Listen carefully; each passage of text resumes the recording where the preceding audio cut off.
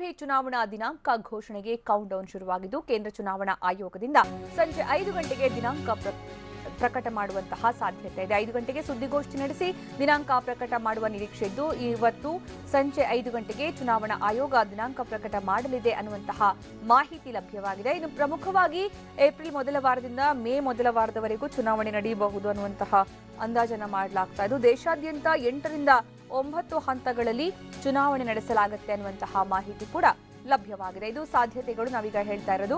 ಕರ್ನಾಟಕದಲ್ಲಿ ಒಂದೇ ಹಂತದಲ್ಲಿ ಮತದಾನ ಆಗುವಂತಹ ಸಾಧ್ಯತೆ ಇದೆ.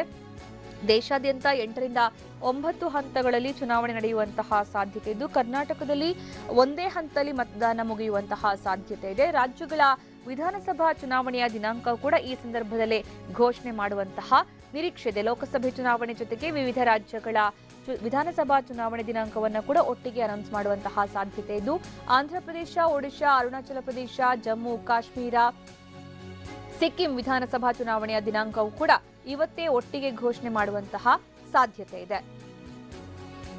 ಚುನಾವಣಾ ಆಯೋಗ, ಕೇಂದ್ರ ಚುನಾವಣಾ ಆಯೋಗ ಇವತ್ತು ಅಧಿಕೃತವಾಗಿ ಚುನಾವಣಾ ದಿನಾಂಕದ ಬಗ್ಗೆ ಘೋಷಣೆ ಮಾಡುವಂತಹ ನಿರೀಕ್ಷೆ ಇದೆ. ಸಂಜೆ 5 ಗಂಟೆಗೆ ಸುದ್ದಿಗೋಷ್ಠಿಯನ್ನು ಕರೆಯಲಾಗಿತ್ತು. ಈ ಸುದ್ದಿಗೋಷ್ಠಿಯಲ್ಲಿ ಪ್ರಮುಖವಾಗಿ ಲೋಕಸಭಾ ಚುನಾವಣೆಯ ದಿನಾಂಕ ಮತ್ತು ನೀತಿ ಸಂಹಿತೆ ಕೂಡ ಜಾರಿಯಾಗುತ್ತೆ. ಅದರ ಜೊತೆಗೆ ವಿಧಾನಸಭೆ ಚುನಾವಣೆಯೂ ಕೂಡ ಅಂದ್ರೆ ಆಂಧ್ರಪ್ರದೇಶ, ಸಿಕ್ಕಿಂ, ಒಡಿಶಾ, ಜಮ್ಮು ಕಾಶ್ಮೀರ ವಿಧಾನಸಭೆ ಚುನಾವಣೆಯ ವಿಚಾರಕ್ಕೆ ಸಂಬಂಧಪಟ್ಟಂತೆಯೂ ಕೂಡ ದಿನಾಂಕವನ್ನು ಅನೌನ್ಸ್ ಮಾಡುವಂತಹ ಸಾಧ್ಯತೆ ಇದೆ. ಪ್ರಮುಖವಾಗಿ ಎರಡೂ ಕೂಡ ಒಟ್ಟಿಗೆ ಚುನಾವಣೆ ಎದುರಿಸುವಂತಹ ಸಾಧ್ಯತೆ ಇರೋದು. ಹಾಗಾಗಿ ಎಲ್ಲ ಲೋಕಸಭಾ ಕ್ಷೇತ್ರಗಳಿಗೆ ಚುನಾವಣೆ ಜೊತೆಗೆ ಕೆಲವು ರಾಜ್ಯಗಳ ವಿಧಾನಸಭಾ ಕ್ಷೇತ್ರಗಳಿಗೆ ಚುನಾವಣೆ ಎಲ್ಲವೂ ಕೂಡ ಒಟ್ಟಿಗೆ ಆಗುವಂತಹ ಸಾಧ್ಯತೆ ಇದೆ. ಒಟ್ಟು 8 ರಿಂದ 9 ಹಂತದಲ್ಲಿ ಮತದಾನ ನಡೆಯಬಹುದು. ಆದರೆ ನಮ್ಮ ಕರ್ನಾಟಕದಲ್ಲಿ ಒಂದೇ ಹಂತದಲ್ಲಿ ಮತದಾನ ಮುಕ್ತಾಯ ಆಗಬಹುದು ಅಂತ. ಇನ್ನು ಅದಾದ್ಮೇಲೆ ಫಲಿತಾಂಶದ ದಿನಾಂಕ ಯಾವಾಗ ಅನೌನ್ಸ್ ಮಾಡ್ತಾರೆ ಅದನ್ನು ಕೂಡ ಕಾದ್ ನೋಡಬೇಕಾಗಿದೆ.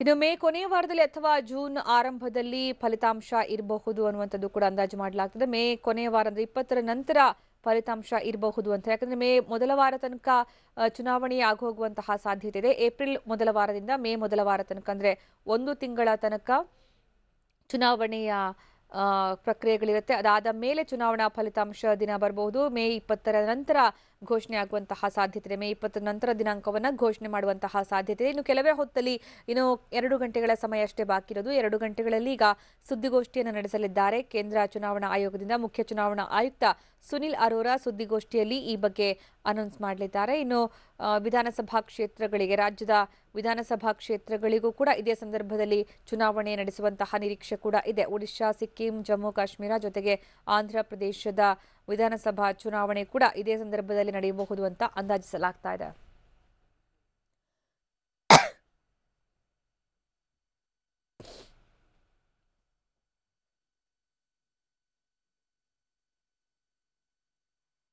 ಲೋಕಸಭಾ ಚುನಾವಣಾ ದಿನಾಂಕ ಘೋಷಣೆಗೆ ಈಗ ಕೌಂಟ್ ಡೌನ್ ಶುರುವಾಗಿರೋದು. ಸಂಜೆ 5 ಗಂಟೆಗೆ ಕೇಂದ್ರ ಚುನಾವಣಾ ಆಯೋಗದಿಂದ ಸುದ್ದಿಗೋಷ್ಠಿಯನ್ನು ನಡೆಸಲಾಗುತ್ತೆ.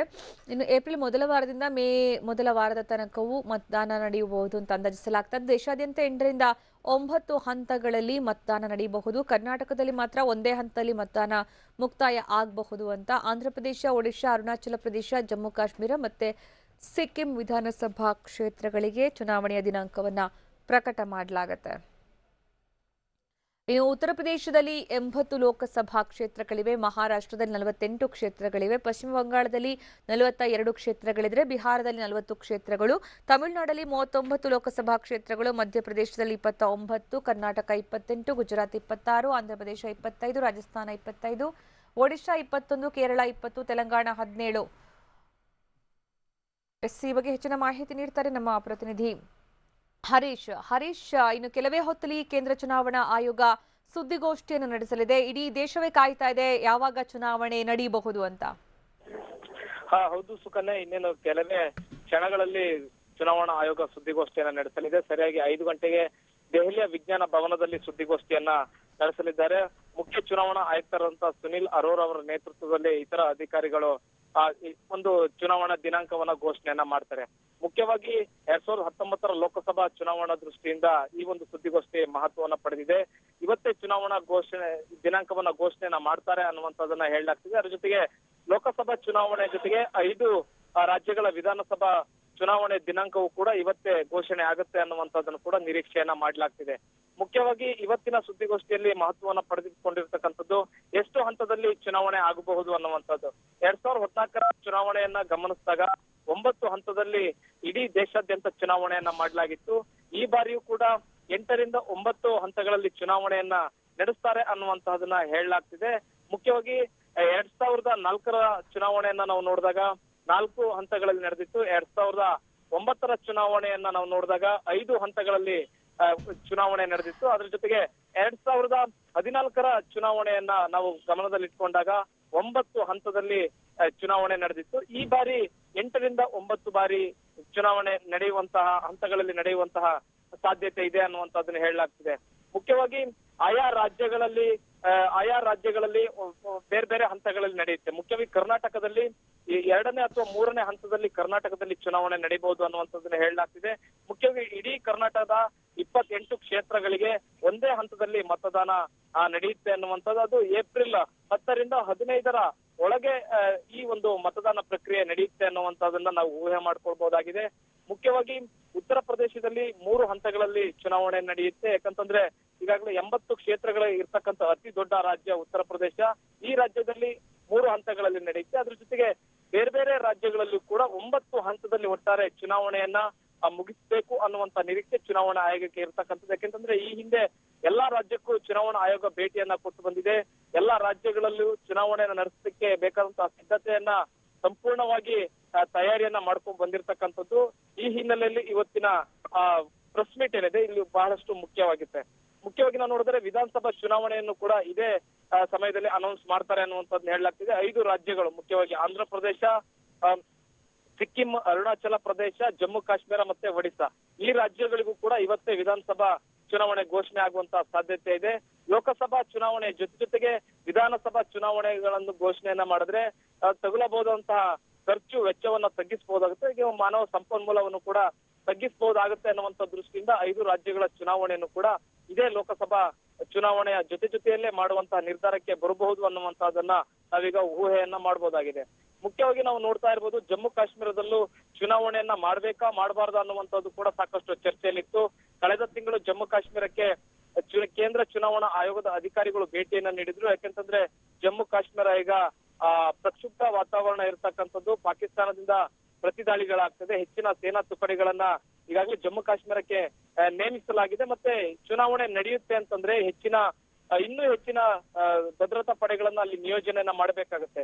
ಜಮ್ಮು ಕಾಶ್ಮೀರಕ್ಕೆ ಕಾನ್ಸಂಟ್ರೇಟ್ ಮಾಡಿದ್ರೆ ದೇಶದ ಇತರ ಭಾಗಗಳಿಗೆ ಕಾನ್ಸಂಟ್ರೇಟ್ ಮಾಡಕ್ ಸಾಧ್ಯ ಇಲ್ಲ ಅನ್ನುವಂಥದ್ದು ಕೂಡ ಈಗ ಒಂದು ರೀತಿಯಾದಂತಹ ಅಭಿಪ್ರಾಯ ಬರ್ತಾ ಇರತಕ್ಕಂಥದ್ದು. ಚುನಾವಣಾ ಆಯೋಗ ಯಾವ ರೀತಿಯಾದಂತಹ ನಿರ್ಧಾರವನ್ನು ತೆಗೆದುಕೊಳ್ಳುತ್ತೆ ಅನ್ನುವಂಥದ್ದನ್ನು ನೋಡ್ಬೇಕಾಗಿದೆ.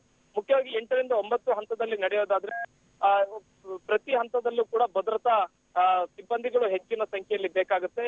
ಆಯಾ ರಾಜ್ಯಗಳಲ್ಲಿ ಭದ್ರತಾ ಸಿಬ್ಬಂದಿಗಳನ್ನ ನೇಮಕವನ್ನ ಮಾಡಿ ಬೇರೆ ಬೇರೆ ಹಂತಗಳಿಗೆ ಅವರನ್ನ ಕರೆದುಕೊಂಡು ಶಿಫ್ಟ್ ಮಾಡ್ಲಿಕ್ಕೂ ಕೂಡ ಸಹಾಯಕ ಆಗುತ್ತೆ. ಹಾಗಾಗಿ ವಿವಿಧ ಹಂತಗಳಲ್ಲಿ ಚುನಾವಣೆಯನ್ನ ಮಾಡ್ಲಾಗುತ್ತೆ. ಸುಕನ್ಯಾ, ಓಕೆ, ಚುನಾವಣಾ ಫಲಿತಾಂಶ ಯಾವಾಗ ಅನೌನ್ಸ್ ಆಗ್ಬಹುದು ಅನ್ನೋದು ಕೂಡ ಒಂದು ಕ್ಯೂರಿಯಾಸಿಟಿ ಇದೆ ಹರೀಶ್. ಸುಕನ್ಯಾ, ಮುಖ್ಯವಾಗಿ ಜೂನ್ 2ರ ಒಳಗಾಗಿ ಹೊಸ ಸರ್ಕಾರ ರಚನೆ ಆಗ್ಬೇಕಾಗಿದೆ. ಇಂತಹ ಸಂದರ್ಭದಲ್ಲಿ ಕೊನೆಯ ದಿವಸದ ತನಕ ಕೂಡ ಚುನಾವಣಾ ಆಯೋಗಕ್ಕೆ ಸಮಯ ಇದೆ. ಹಾಗಾಗಿ ಇವತ್ತು ಚುನಾವಣೆಯನ್ನ ಘೋಷಣೆಯನ್ನ ಮಾಡಿದ್ರೆ ಏಪ್ರಿಲ್ ಮೊದಲ ವಾರದಲ್ಲಿ ಮೊದಲ ಹಂತದ ಚುನಾವಣೆಯ ನೋಟಿಫಿಕೇಶನ್ ಆಗುವಂತಹ ಸಾಧ್ಯತೆ ಇದೆ.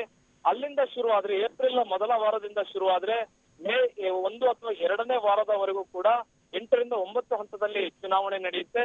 ಮೇ 15ರಿಂದ 20ರವರೆಗೆ ಅಂದ್ರೆ ಇದೇ ಟೈಮ್ ಟೇಬಲ್ ಅನ್ನ ನಾವು ನೋಡ್ಕೊಂಡು ಹೋಗೋದಾದ್ರೆ ಮೇ 15ರಿಂದ 20ರ ಒಳಗಾಗಿ ಚುನಾವಣಾ ಫಲಿತಾಂಶವನ್ನ ನಿರೀಕ್ಷೆಯನ್ನ ಮಾಡಬಹುದಾಗಿದೆ. ಸುಕನ್ಯಾ, ಧನ್ಯವಾದ ಹರೀಶ್.